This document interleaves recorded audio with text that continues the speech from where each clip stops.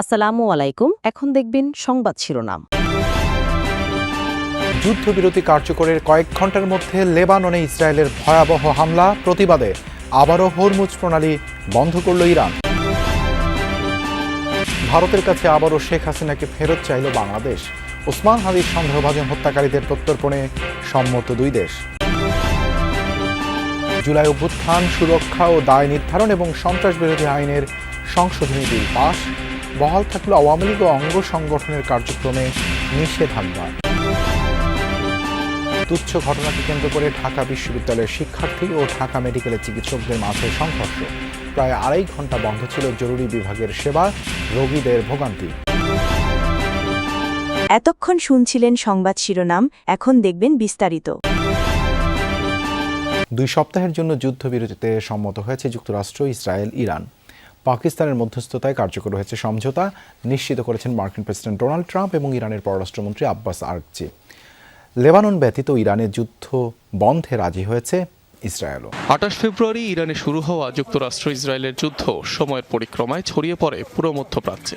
দীর্ঘ 1 মাসের বেশি সংঘাতে ইরানের প্রায় 13,000 টার্গেটে হামলা চালায় যৌথ বাহিনী। বেশ কয়েকবারই তেহরানের সামরিক সক্ষমতা নিশ্চিহ্নের দাবি করে ওয়াশিংটন। চুক্তি করতে ইরানি প্রশাসনকে একাধিকবার সময়ও বেঁধে দেন মার্কিন প্রেসিডেন্ট ডোনাল্ড ট্রাম্প। মঙ্গলবার ডেডলাইন শেষ হওয়ার মাত্র কয়েক ঘন্টা আগেও ইরানের পুরো সভ্যতা ধ্বংস করার হুমকি দিয়ে পোস্ট দেন মার্কিন প্রেসিডেন্ট। হরমুজ প্রণালী খুলে দিতে আবারও বেঁধে দেয়া সময়সীমার কথা মনে করিয়ে দেন তেহরানকে। শেষ মুহূর্তে চরম নাটকীয়তা। নির্ধারিত সময়সীমার আধ ঘন্টা আগে ইরানে হামলা 2 সপ্তাহের জন্য স্থগিতের ঘোষণা দেন মার্কিন প্রেসিডেন্ট। এর কিছুক্ষণ পরই মধ্যস্থতাকারী পাকিস্তানের প্রধানমন্ত্রী শেহবাজ শরীফের এক্স পোস্টে আসে বড় ঘোষণা। জানান যুদ্ধবিরতিতে সম্মত ওয়াশিংটন, ইরান। ট্রাম্প ঘোষিত সময়সীমার মাত্র 10 মিনিট আগে আসে এই সিদ্ধান্ত, যা নিশ্চিত করেছেন ইরানের পররাষ্ট্রমন্ত্রী আব্বাস আরাগচি নিজেও।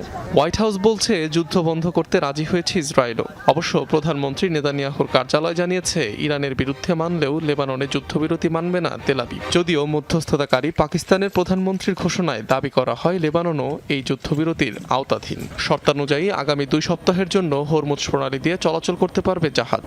ইরানের সশস্ত্র বাহিনীর সাথে সমন্বয়ের ভিত্তিতে নিশ্চিত করা হবে নিরাপদ যাতায়াত। তবে যুদ্ধবিরতি চলাকালে নৌরুটটি দিয়ে যাতায়াতকারী জাহাজ থেকে টোল আদায় করবে ইরান ও ওমান, যা ক্ষতিগ্রস্ত অবকাঠামো পুনর্গঠনে খরচ করবে তেহরান। ইরানের যুদ্ধবিরতির পর গত 1 মাসের মধ্যে লেবাননের সবচেয়ে ভয়াবহ হামলা চালিয়েছে ইসরায়েল।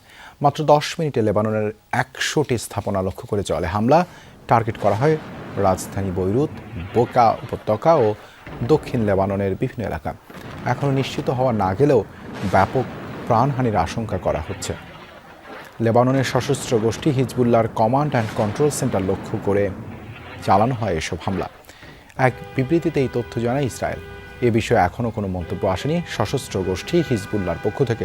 এদিকে লেবাননের গণমাধ্যমের দেয়া তথ্য মতে যুদ্ধবিরতি ঘোষণার পর থেকে এখন পর্যন্ত লেবাননে ইসরায়েলি হামলায় প্রাণ গেছে অন্তত 8 জনের, গুরুতর আহত কমপক্ষে 22 জন। ভারতের কাছে আবারও মানবতাবিরোধী অপরাধের মামলায় মৃত্যুদণ্ডপ্রাপ্ত শেখ হাসিনাকে ফেরত চেয়েছে বাংলাদেশ। দিল্লি সফররত পররাষ্ট্রমন্ত্রী ডক্টর খলিলুর রহমানের সঙ্গে সে দেশের পররাষ্ট্রমন্ত্রী ও নিরাপত্তা উপদেষ্টার বৈঠকে দ্বিপাক্ষিক বিভিন্ন বিষয়ে আলোচনা হয়। বুধবার পররাষ্ট্র মন্ত্রণালয় এক বিবৃতিতে জানিয়েছে, পররাষ্ট্রমন্ত্রী বুধবার নয়াদিল্লিতে ভারতের পররাষ্ট্রমন্ত্রী ডক্টর এস জয়শঙ্কর এবং তেল ও প্রাকৃতিক গ্যাস মন্ত্রী শ্রী হরদীপ পুরীর সঙ্গেও বৈঠক করেন।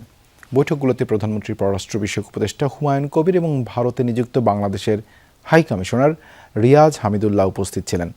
শহীদ ওসমান হাদির সন্দেহভাজন হত্যাকারীদের গ্রেপ্তার করায় ডক্টর খলিলুর রহমান ভারত সরকারকে ধন্যবাদ জানান। দুদেশের মধ্যে প্রত্যর্পণ চুক্তিতে নির্ধারিত পদ্ধতি অনুসারে গ্রেপ্তারকৃত ব্যক্তিদের বাংলাদেশে ফেরত পাঠানো হবে বলে উভয় পক্ষ সম্মত হয়। এ সময় আন্তর্জাতিক অপরাধ ট্রাইব্যুনাল কর্তৃক মৃত্যুদণ্ডপ্রাপ্ত শেখ হাসিনা এবং তার সরকারের স্বরাষ্ট্রমন্ত্রী আসাদুজ্জামান খান কামালকে বাংলাদেশের প্রত্যর্পণের জন্য বাংলাদেশের পক্ষ থেকে অনুরোধ পুনর্ব্যক্ত করা হয়। আওয়ামী লীগের কার্যক্রম নিষিদ্ধ রেখে সন্ত্রাস বিরোধী আইনের সংশোধনী পাশ হয়েছে সংসদে। স্বরাষ্ট্রমন্ত্রী সালাউদ্দিন আহমদ কর্তৃক উত্থাপনের পর সর্বসম্মতি কণ্ঠভোটে এটি পাশ হয়।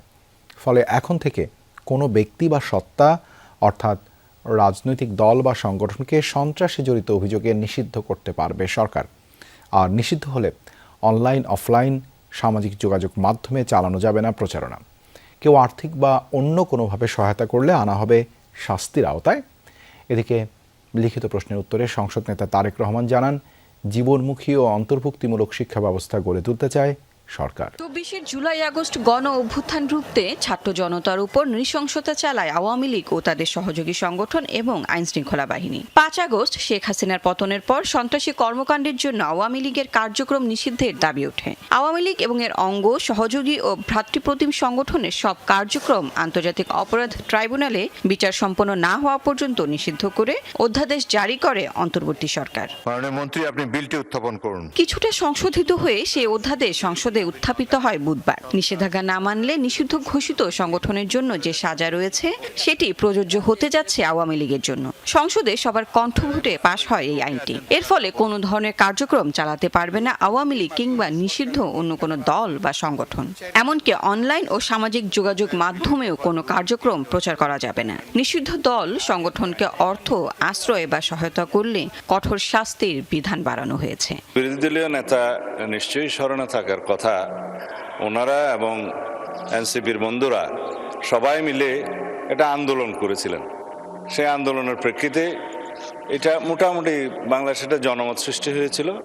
সেই প্রেক্ষিতে তাদের কার্যক্রম নিষিদ্ধ করা হয়েছে সন্ত্রাস বিরোধী আইনে, এবং অ্যাকর্ডিংলি সেটা নির্বাচন কমিশনে তাদের রেজিস্ট্রেশনটাও সাসপেন্ডেড হয়ে আছে।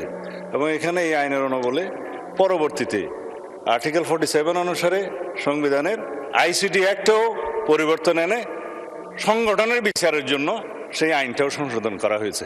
এদিকে সংসদে লিখিত প্রশ্নোত্তরে সংসদ নেতা তারেক রহমান বলেন, গুণগত, জীবনমুখী ও অন্তর্ভুক্তিমূলক শিক্ষা ব্যবস্থা গড়ে তুলতে বদ্ধপরিকর সরকার। আগামী 6 মাসের মধ্যে 2336টি কারিগরি ও 8232টি মাদ্রাসায় বিনামূল্যে ওয়াইফাই চালু করা হবে। ওষুধ পরিবর্তন করে দেওয়ার মতো তুচ্ছ ঘটনাকে কেন্দ্র করে সংঘর্ষে জড়িয়েছে ঢাকা মেডিকেলের চিকিৎসক এবং ঢাকা বিশ্ববিদ্যালয়ের শিক্ষার্থীরা। এতে কয়েকজন আহত হয়েছেন। এই ঘটনায় নিরাপত্তার কারণ দেখিয়ে বিকেল থেকে রাত 8টা পর্যন্ত বন্ধ রাখা হয় হাসপাতালের জরুরি বিভাগের চিকিৎসা সেবা। এতে ভোগান্তিতে পড়েন রোগীরা। এই দৃশ্য দেশের সবচেয়ে ব্যস্ত হাসপাতালের। তুচ্ছ ঘটনাকে কেন্দ্র করে সংঘর্ষে জড়ায় ঢাকা মেডিকেলের চিকিৎসক আর ঢাকা বিশ্ববিদ্যালয়ের শিক্ষার্থীরা। সন্ধ্যার কিছুক্ষণ আগের এই ঘটনায় ধাওয়া পাল্টা ধাওয়া চলে দফায় দফায়। সংঘর্ষ থামাতে দ্রুত ঘটনাস্থলে পৌঁছায় পুলিশ। এ সময় ইন্টার্ন চিকিৎসকরা গেটের ভেতরে এবং বাইরে অবস্থান নেন ঢাকা বিশ্ববিদ্যালয়ের শিক্ষার্থীরা বলেন, বোটানি বিভাগের এক শিক্ষার্থী অসুস্থ হয়ে হাসপাতালে চিকিৎসা নিতে যান। তাকে প্রেসক্রাইব করা ওষুধ আশেপাশের ফার্মেসিতে না পেয়ে তা পরিবর্তন করে দেওয়ার অনুরোধ জানান, কিন্তু চিকিৎসক সম্মত না হলে কথা কাটাকাটি হয়। এক পর্যায়ে হাতাহাতি থেকে রূপ নেয় সংঘর্ষে। ঢাকা মেডিকেলের শিক্ষার্থীদের অভিযোগ, প্রায়ই ঢাকা বিশ্ববিদ্যালয়ের শিক্ষার্থীরা চিকিৎসা নিতে এসে বিশৃঙ্খলা করে। একই ধারাবাহিকতায় হেনস্থা করা হয়েছে চিকিৎসকদের। এই ঘটনার যথাযথ আইনি পদক্ষেপ না নেওয়া হলে জরুরি বিভাগ বন্ধ রাখার ঘোষণা দেওয়া হয়।